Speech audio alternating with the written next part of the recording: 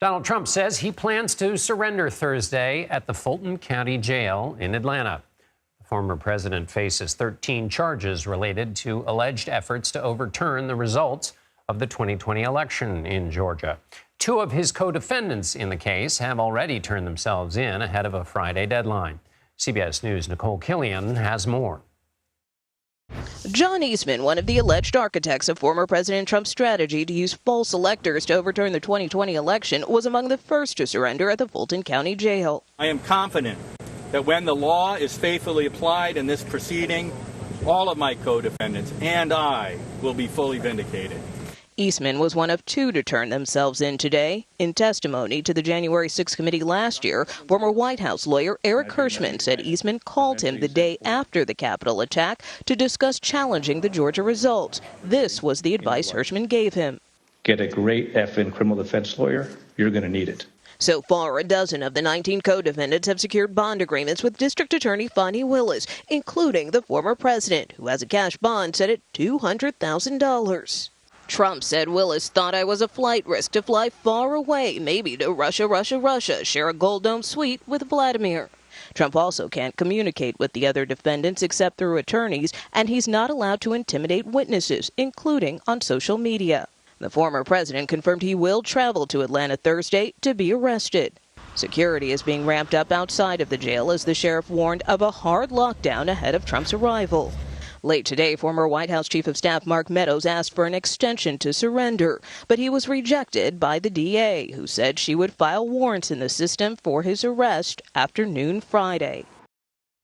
And Nicole joins me now from Atlanta. Nicole, what can we expect when the former president actually surrenders Thursday at the Fulton County Jail?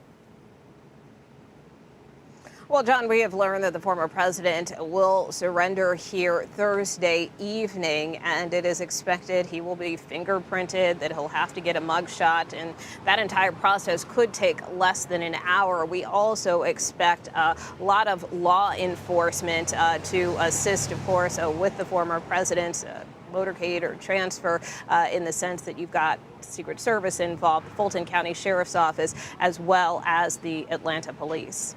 Why Thursday? He had till Friday. Is there a strategy behind this, or am I reading too much into that?